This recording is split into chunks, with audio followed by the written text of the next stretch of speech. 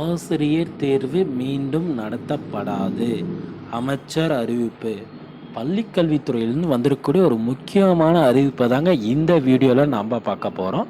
நீங்கள் நம்ம சேனலுக்கு புதியவர் அப்படின்னா மறக்காமல் சப்ஸ்கிரைப் பட்டனை அழுத்தி பக்கத்துலேயே ஆல்னு ஒரு பட்டன் இருக்கும், அதையும் கிளிக் பண்ணி வச்சுக்கோங்க.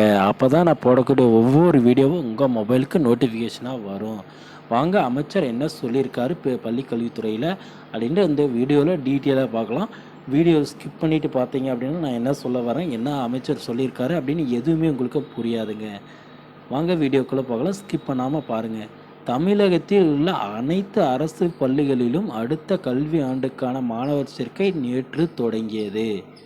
அரசு பள்ளிகளில் கடந்த ஆண்டு மாணவர் சேர்க்கை அதிகமாக இருந்த நிலையில் இந்த வருடமும் அதனைப் போலவே அதிகமான மாணவர் சேர்க்கை நடைபெற வேண்டும் என அமைச்சர் அன்பில் மகேஷ் தெரிவித்துள்ளார்.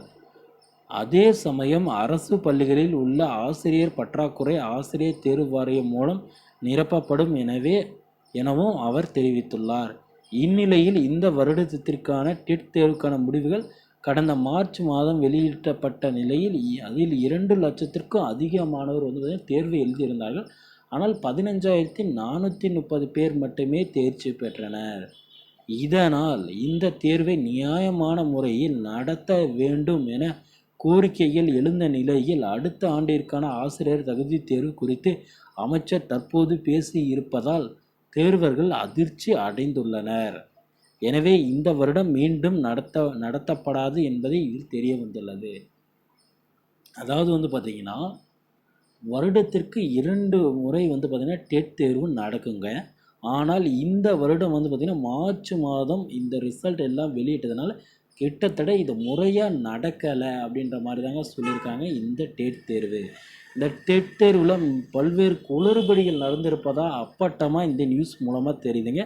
அதனால் பார்த்திங்கன்னா இதை விசாரிப்பதனால் இந்த ஆண்டிற்கான இன்னொரு டெட் தேர்வு பார்த்திங்கன்னா நடக்காது அப்படின்ற மாதிரி சொல்லியிருக்காங்க.